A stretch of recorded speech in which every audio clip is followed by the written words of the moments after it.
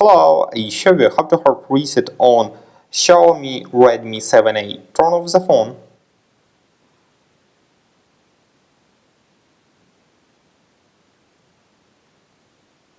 Next, press and hold the power button and volume up key for a few seconds.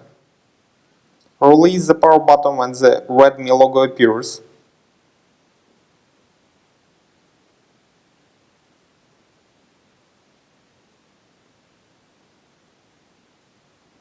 Now use volume key and power button to select vape data. Then choose vape all data. Your device will now restart.